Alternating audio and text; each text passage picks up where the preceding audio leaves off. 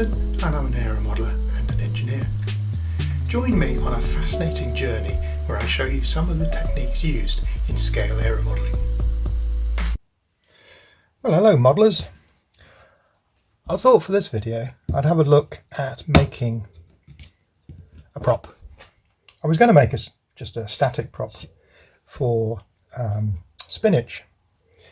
The model probably doesn't really deserve a decent prop, but if it does end up entering a competition or anything like that, it'll need a static prop.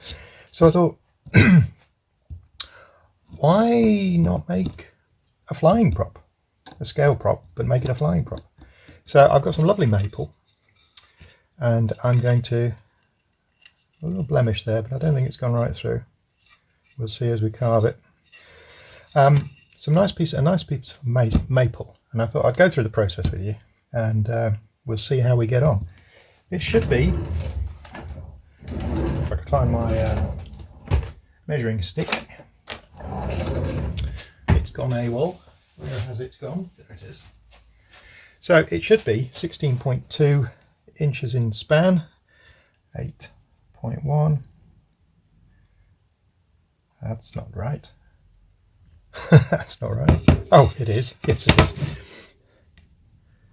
8.1. 8.1. So that's the scrap.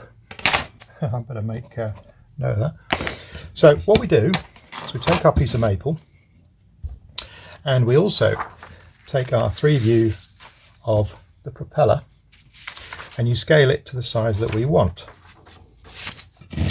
So let's just double check that we've got what we think we've got. So I'll hack that through there. I really need one side, but I'll do the other as well.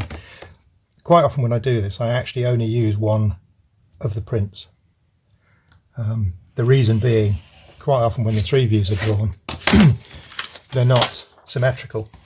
So if you just use one blade, which I'd probably just use this one, if you just use one blade, just hoik it round to the other side. So on the centre line, yeah, that's very, very close. It's close enough for me. As I said, it's only a static prop, although I think you should be able to fly on it. I've made props in this fashion before, and they've been okay to fly with. They may not be exactly the right pitch, etc., etc., but as long as you're close, they're okay. That's a couple of millimeters over in that direction. It should be the same on this side.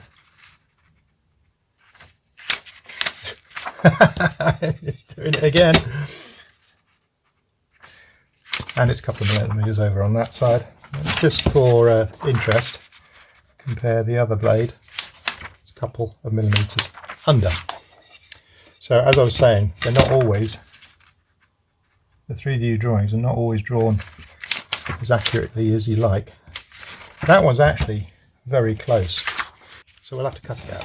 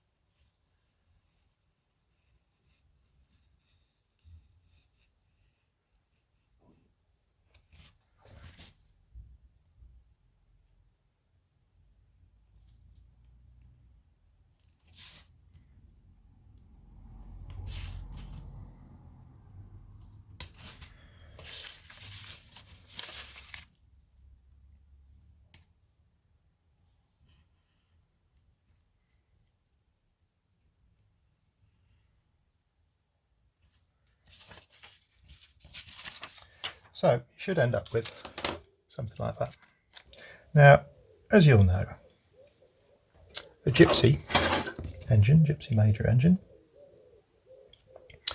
when you view the aircraft from head on, the propeller goes around clockwise.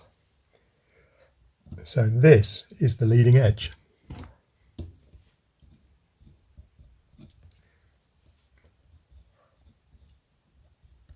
You've got to remember that when you do this. Leading edge, leading edge.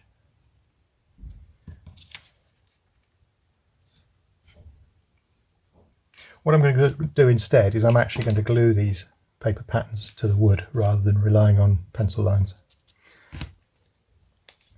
So this is just Yoo-Hoo Pour, which is a glue a lot of the indoor modelers use for Depron and that sort of stuff. It's a contact adhesive, that's what it is. Just let it go off for a few seconds.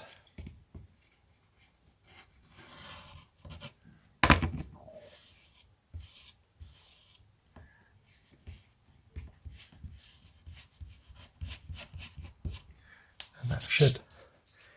Ooh. Lovely stuff.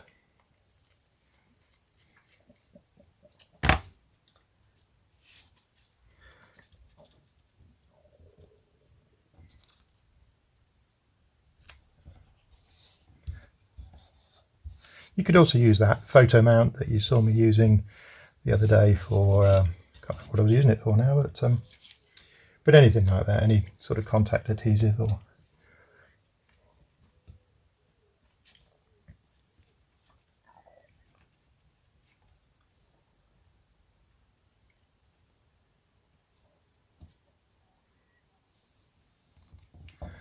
Okay, that's cool. Now we won't worry about this center section. All I'm going to do is curve it between the two, because what's going in there will be a spinner, of which this is the back plate. Let's just pop that screw out. Now I've just made this on the lathe and the mill, just for a bit of fun. And if you're interested, let me know and I'll I didn't video it all, but I videoed a good chunk of it. So that's where the spinner is going to go.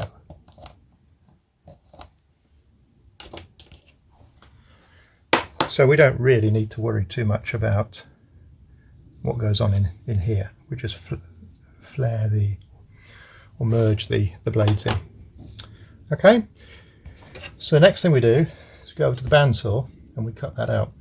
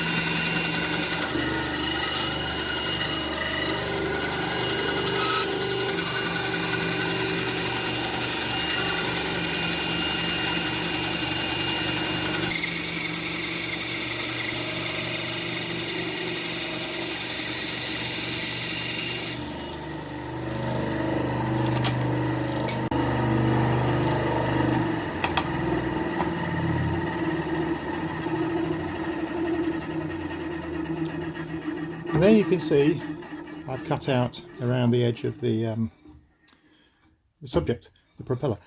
What I need to do is change the blade in this. It's really not doing a lot and it's very difficult to follow a line when the blade is so blunt, so I really do need to change the blade. It comes of using it to cut metal, which you shouldn't really do. Anyway, so this goes over now to the belt sander and I'll sand it to the line.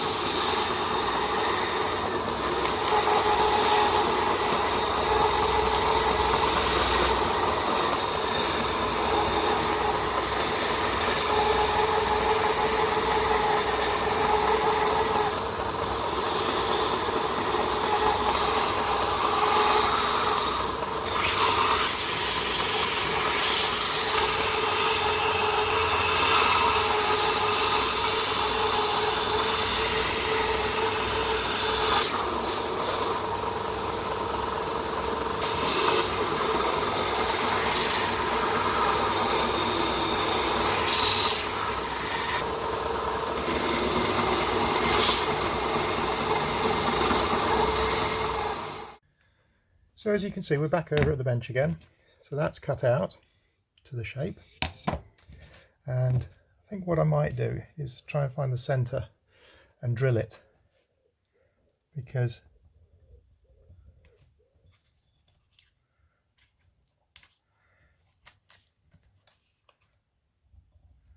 with it nice and square, it's very easy to get a nice perpendicular hole. So that's what I'm going to do next. I'm going to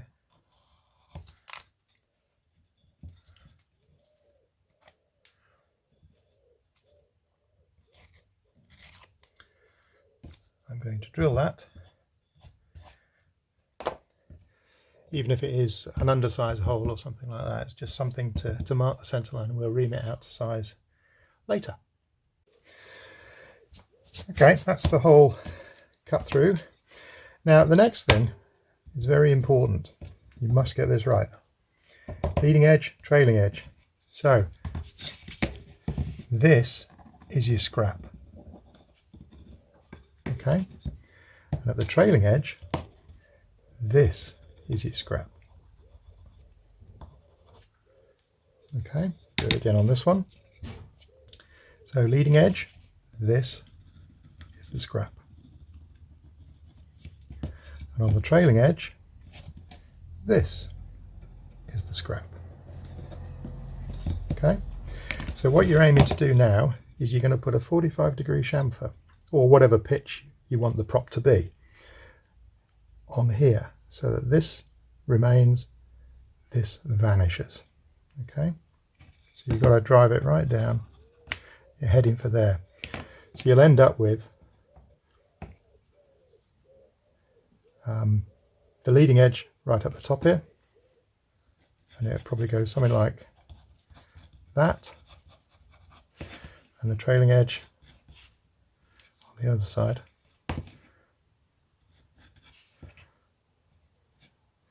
Yeah, the trailing edge down there, somewhere like that. So you end up sanding like that. Okay, and the same on the other side. And the way I tend to do this is to use a tool called a spoke shave. And what you do is you clamp this in a vise, which I'll do in a minute, and then you draw this blade along, taking away the wood.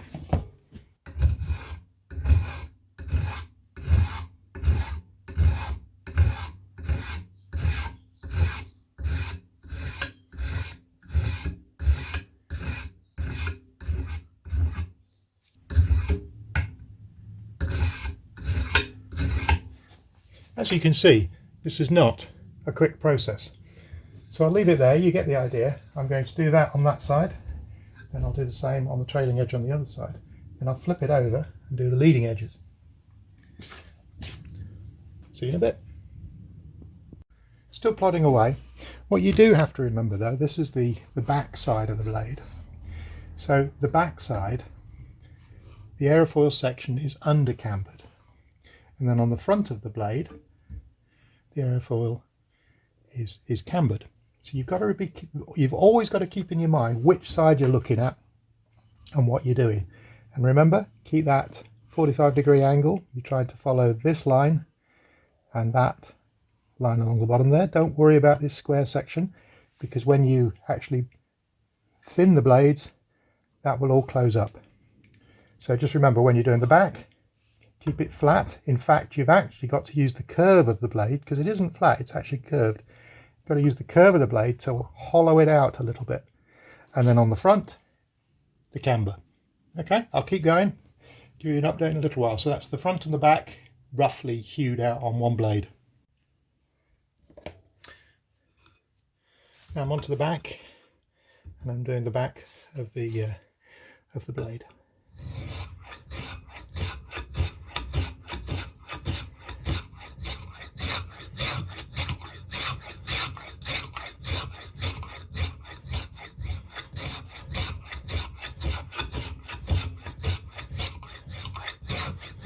There is a knack in getting the angle right, and really you need bigger wings on the plane for this, because they're too narrow and they're very difficult to control. but these are quite expensive, so this was all I could afford. I think they come in sets as well, which would be really nice. Sometimes a bit of an angle helps. If you get a section where the grain is running in a direction that doesn't really help you. But being maple, it's pretty straight grained. So we're back on the front again now. So I've roughed out the shape.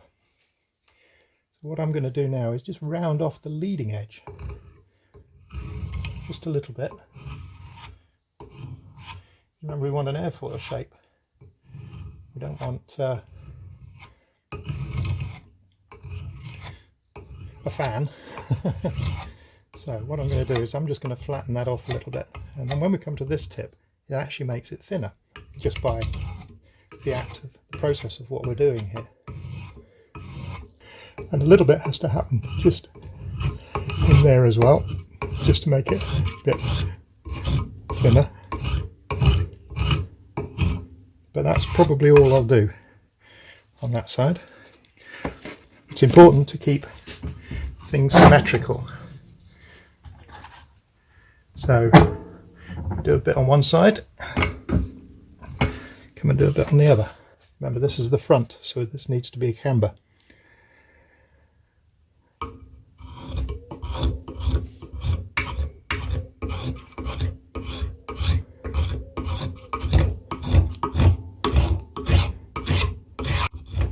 think you get the idea. It's just hard work. Yeah, quite therapeutic, really.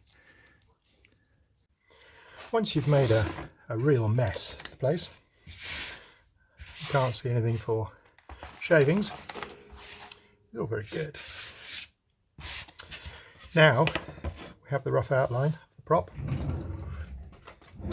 We resort to this. This is 80 grit, and this is aluminium oxide. It's a green finish on it, and it's a lovely paper for lots of things. It really works well with balsa, really works well with blue foam because it's quite coarse. It cuts it, it doesn't polish it, which is exactly what you want. So what I'm going to do now is try and make a propeller appear out of this lot.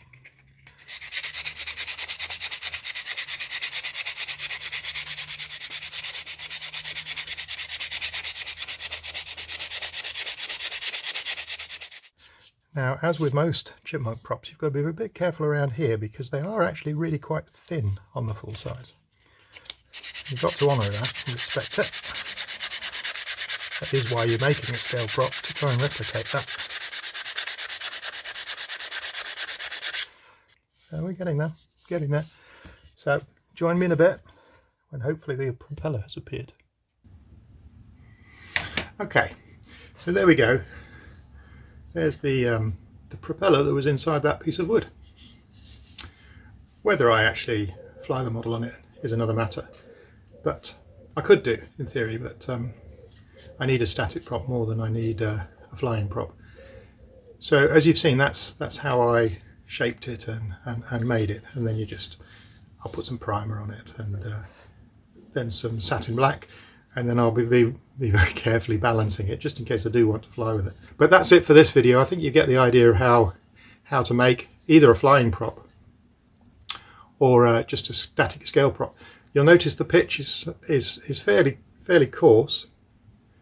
That's what I was aiming for. Because I fly electric, then I tend to use a sort of a 10 or a 12-inch pitch prop, which is quite coarse. Alright, so hopefully you've enjoyed that, and click like and subscribe. Cheers!